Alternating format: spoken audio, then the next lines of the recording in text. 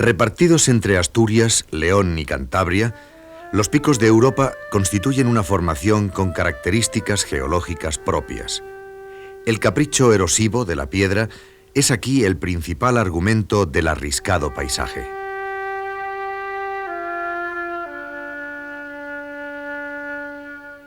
Agujas, canchales, cresterías, simas. Así se labra la roca caliza en los picos de Europa, un escenario idóneo, a pesar de todo, para formas de vida adaptadas a tan hostiles circunstancias.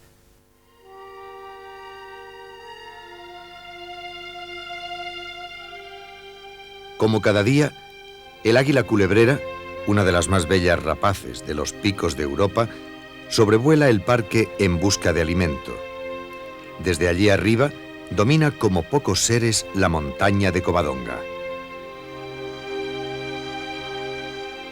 En su vuelo, el águila divisa desde las cumbres más elevadas, casi a 2.600 metros, hasta el cauce de los ríos en los valles más profundos, apenas a 100 metros sobre el nivel del mar.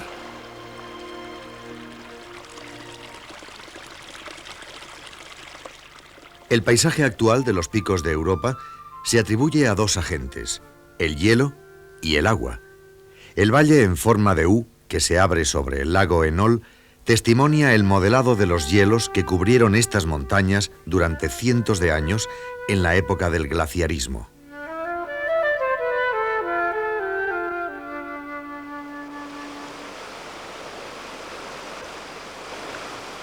La acción erosiva del otro factor, el agua, tiene una gran trascendencia debido a la naturaleza caliza de estas montañas.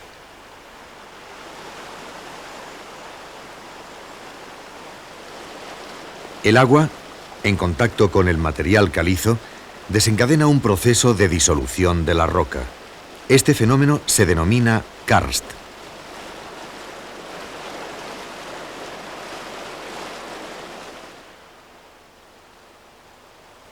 El agua brota de forma espontánea entre las rocas de esta montaña. Surgencias como esta, o sumideros, donde por el contrario el agua desaparece, son consecuencia de la karstificación. Esta es la surgencia del río Orandi. Su salto tiene lugar varios cientos de metros más abajo de donde desaparece. La surgencia del Orandi se encuentra en la conocida gruta de Covadonga, lugar de gran raigambre histórica.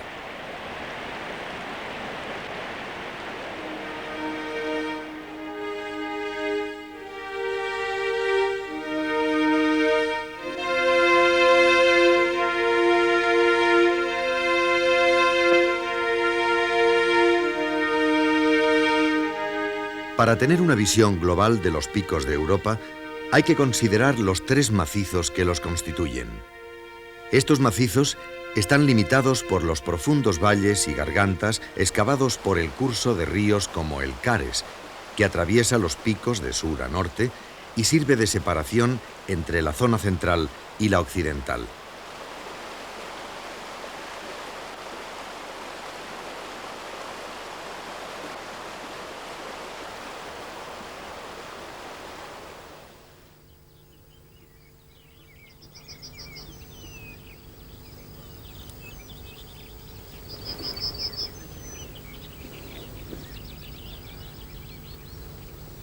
El central es el más fragoso y escarpado de los tres macizos.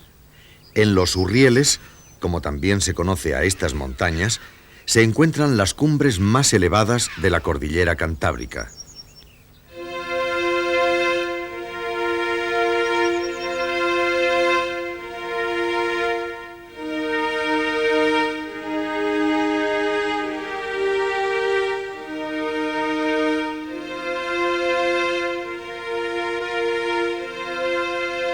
La complicada orografía del central no ha representado un obstáculo insalvable para la instalación de asentamientos humanos como el pueblo de Bulnes, un lugar al que solo se accede a través de un sendero.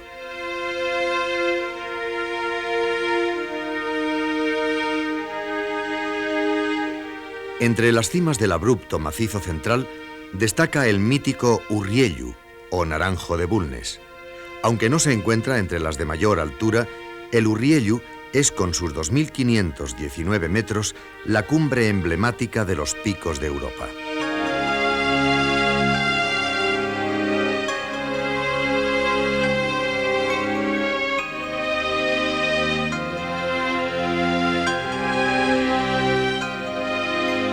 En medio de este escabroso racimo de cimas, se extiende en abierto contraste la inmensa planicie de la Vega de Liordes.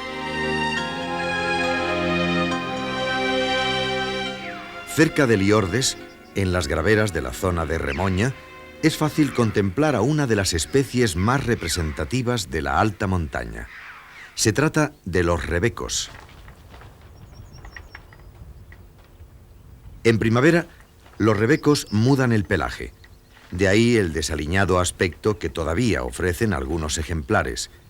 Del color pardo negruzco del verano, están pasando al castaño rojizo del estío.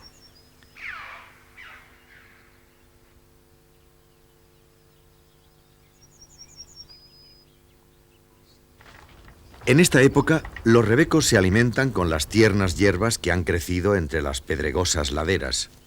En invierno, pueden trasladarse a niveles algo más bajos en busca de otros alimentos, aunque sin alejarse demasiado de las rocosas alturas que constituyen su hábitat natural.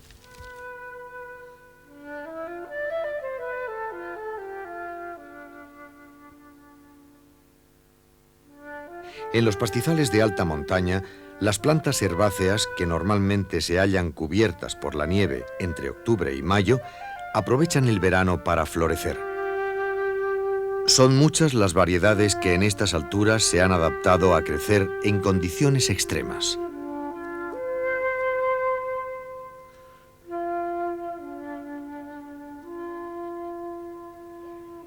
Por debajo de los 1.200 metros, abunda también una vegetación arbustiva muy característica. No es raro encontrar en estos terrenos pedregosos, entre las ramas leñosas de las genistas, a la perdiz pardilla. La pardilla, de menor tamaño que la perdiz común, suele correr antes que volar cuando presiente alguna amenaza.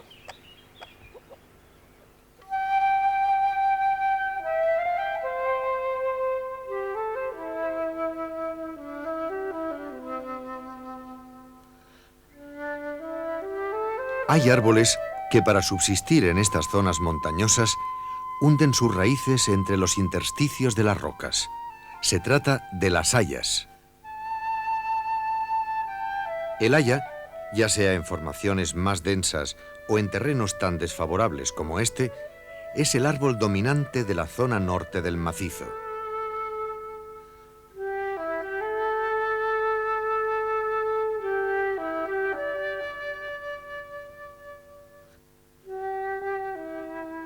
Aunque no demasiado extensas, en el parque también se asientan diversas manchas arbóreas. Se trata de bosques mixtos donde, además de hayas, es posible encontrar alisos, castaños, avellanos, acebos o robles.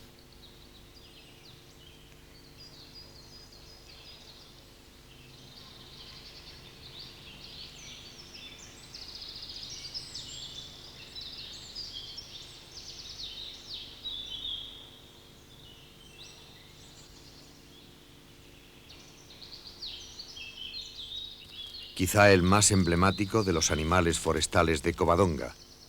Durante el día, el corzo ramonea con deleite las tiernas hojas de los árboles o simplemente se encama. Al llegar el crepúsculo, atravesará la linde del bosque para volver a pacer la hierba de las praderías.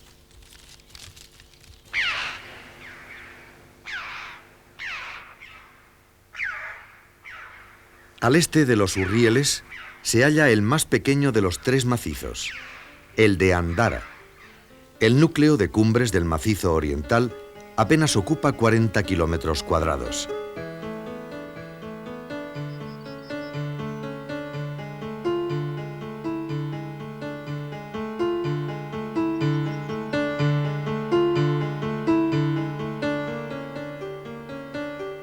Andara está considerado como el macizo de perfil más suave, aunque algunas de sus cimas rondan los 2.400 metros. La más conocida de todas ellas es la Morra de Lechugales. En la actualidad, el pastoreo y la ganadería son las actividades más comunes por esta zona. El ganado se traslada aquí, cuando llega el buen tiempo, desde pueblos cercanos como Sotres.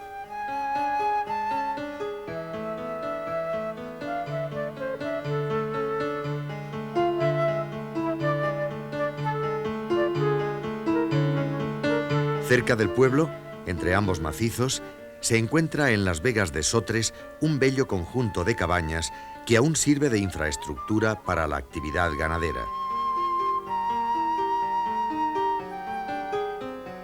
Entre las piedras de algunas de las cabañas abandonadas, asoman en los días en que el sol caldea suficientemente la atmósfera lagartijas como esta. Las majadas están compuestas por rústicas cabañas de piedra al abrigo de los vientos de la montaña.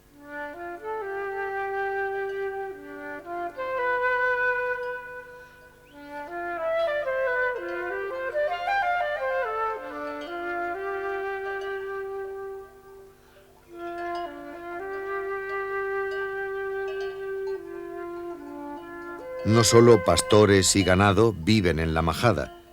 Las cabañas abandonadas suelen servir de refugio a algunos animales. En una de ellas ha encontrado cobijo una lechuza. Las lechuzas pueden anidar en bosques, cortados y cuevas, aunque también frecuentan ciertos lugares habitados. Este ejemplar aguarda aquí el crepúsculo para salir en busca de los pequeños roedores que componen su dieta. En el interior de una de las cabañas, uno de los pastores ha comenzado la cuidadosa elaboración de un sabrosísimo queso. Este queso se produce con la mezcla de leches de vaca, cabra y oveja. Su denominación es de gamonedo o de cabrales, según las zonas y peculiares características de los mismos.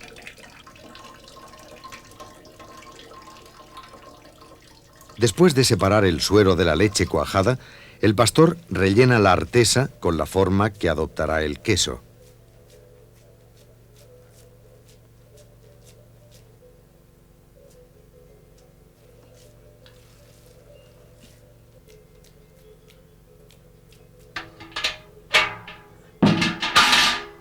En la artesa, el queso reposará un tiempo hasta poder salarlo por ambas caras.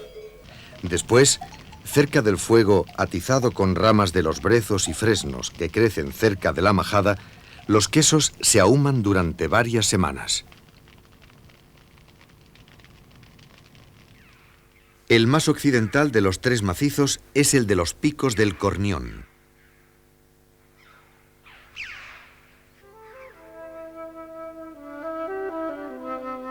Cerca del Real Sitio de Covadonga se hallan los lagos del parque, el Enol y el Ercina. El lago Enol es el de más calado. Alcanza los 25 metros de profundidad.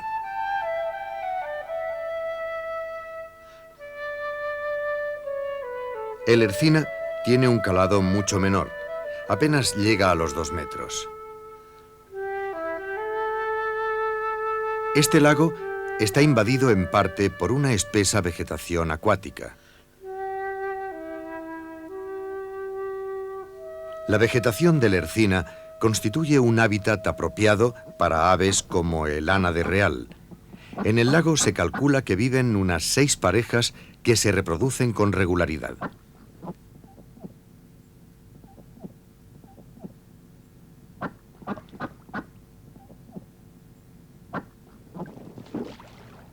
Además de ánades reales, en estas aguas tranquilas se encuentran otros tipos de aves como gallinetas, zampullines e incluso algún rascón. Sin embargo, la especie más abundante y representativa del lago es la de las fochas. Las fochas se identifican por su negro plumaje y su lunar frontal blanco. Las fochas son, incluso entre ellas, aves con un cierto grado de agresividad.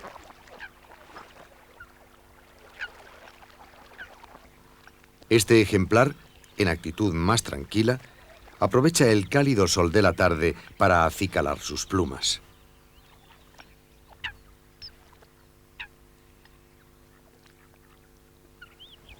Algunos individuos se ocupan de buscar materiales para asentar sus nidos. En el Ercina viven unas 30 parejas. Las fochas no tienen aquí ningún problema para disponer de alimento.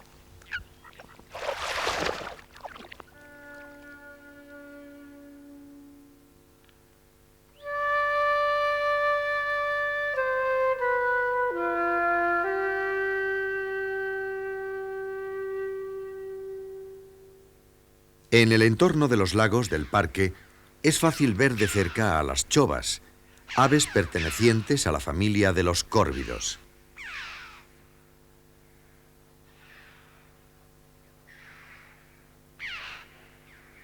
Las chovas frecuentan estos parajes en busca de los restos arrojados por los visitantes. Las hay de dos tipos, piquirrojas y piquigualdas, según sea el color de su pico. Para ambas, la montaña es su hábitat casi exclusivo.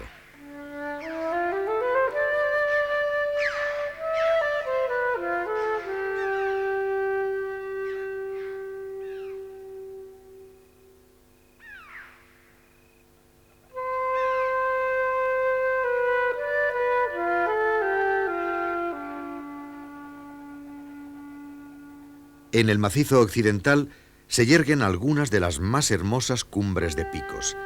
Sin embargo, entre todas ellas destaca la Peña Santa de Castilla, con sus 2.596 metros.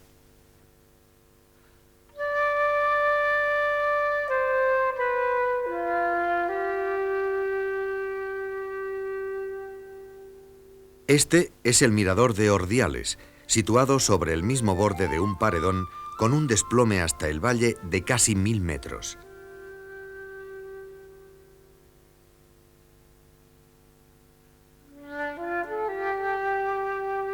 El mirador de Ordiales es un magnífico observatorio para seguir el vuelo de las aves planeadoras que frecuentan los picos. Entre estas aves se encuentran los buitres, cuya población pasó años atrás por una delicada situación en la cordillera Cantábrica. Los continuos envenenamientos practicados para eliminar lobos y otros depredadores repercutían en las aves carroñeras que se alimentaban de los cadáveres emponzoñados. En la actualidad, el riesgo de extinción ha desaparecido.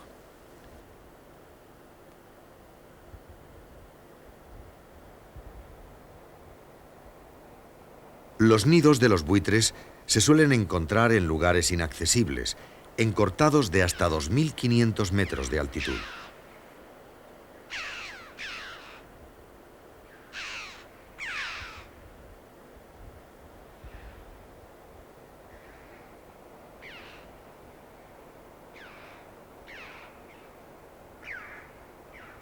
Cuando llega el buen tiempo, se puede ver en los nidos a los pollos del año, aún algo jóvenes para volar. A pesar de su siniestra reputación, los buitres forman parte de la fauna más apreciable de Picos.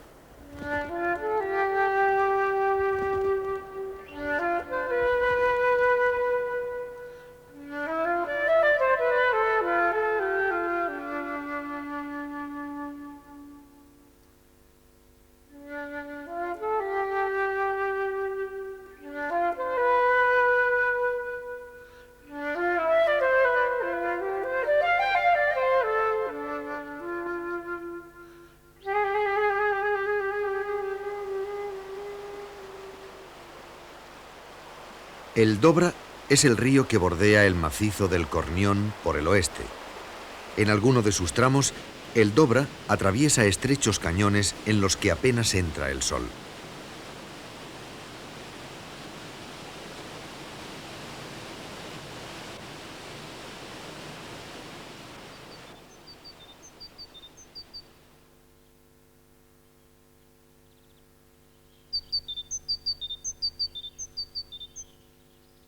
El Monte Corona siempre tuvo fama de buen refugio de lobos. En la actualidad, sus visitas son más esporádicas, aunque no por ello deja de provocar una cierta inquietud en los vecinos y pastores de los alrededores.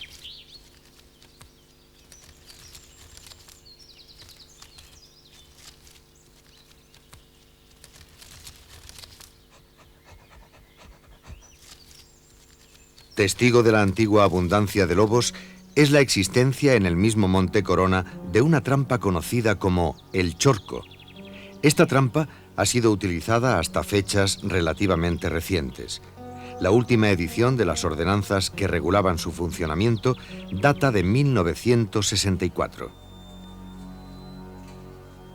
Cuando los lobos eran avistados, los vecinos batían el monte para encauzarlos hacia una empalizada en forma de embudo.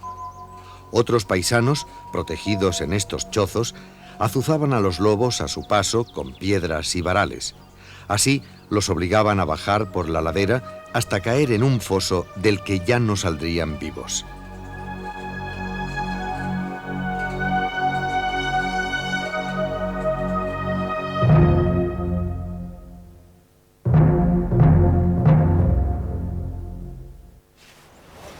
El verano es una época de intensa actividad para los cainejos.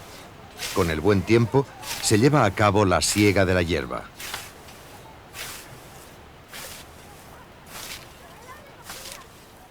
La hierba recogida en estos meses será el principal sustento de la ganadería durante el largo invierno. Los segadores apuran la faena hasta el último momento de luz. En esos instantes es posible atisbar la presencia de uno de los cérvidos más gráciles y elegantes, el corzo. Después del encame diurno en los bosques, los corzos salen a pastar a las apetitosas praderías del parque. No todo consiste en pacer. Los corzos también tienen tiempo para el juego. Durante el verano, los corzos tienen el pelaje de un color rojizo, muy distinto del tono grisáceo del invierno.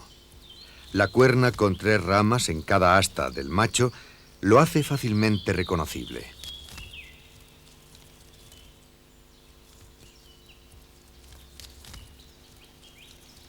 Esta fértil planicie es la Vega de Comella.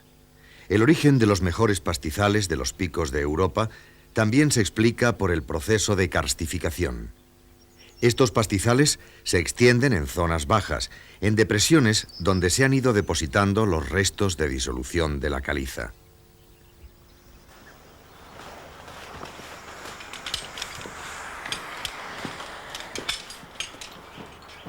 Una manera gráfica de describir estos terrenos calizos es su comparación con un queso gruyère. Para conocer algunas de sus peculiaridades, es preciso penetrar como estos espeleólogos en el interior de una de las miles de cuevas que perforan el todavía poco explorado subsuelo de los picos de Europa.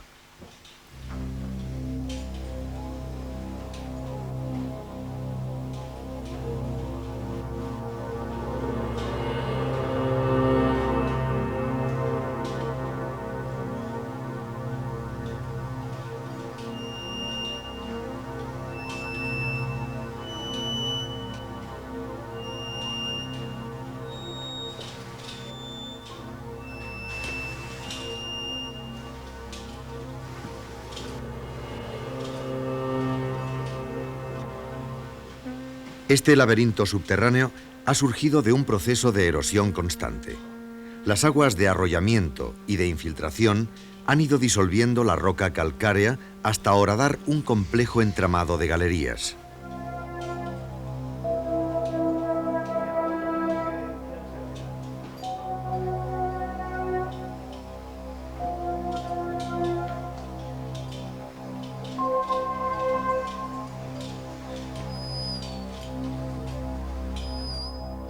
El fantasmagórico paisaje de estalactitas y estalagmitas se debe asimismo a la acción combinada del agua y la piedra.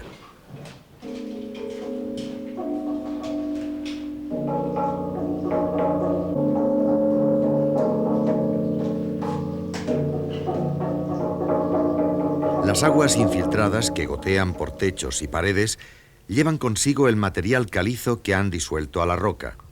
Parte de este material se acumula en concreciones adheridas al techo o sobre el mismo suelo. Así se forman las estalactitas, las que cuelgan del techo, y las estalagmitas, las que brotan del suelo.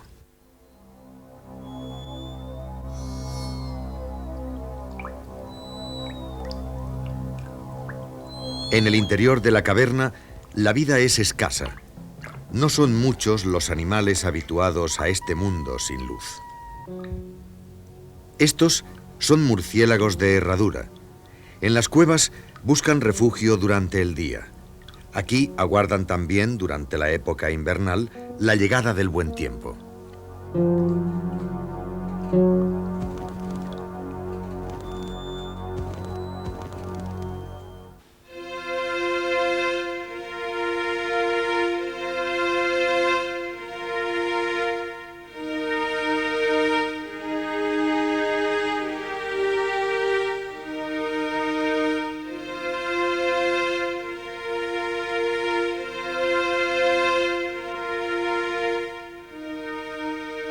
No son muchos los seres capaces de subsistir en este reino mineral. En los picos de Europa, la piedra, la roca caliza esculpida por hielos y aguas, es el elemento protagonista. Sus tres macizos son la expresión de una compleja arquitectura de agujas, depresiones y cresterías, una arquitectura de roca laberíntica y vertical.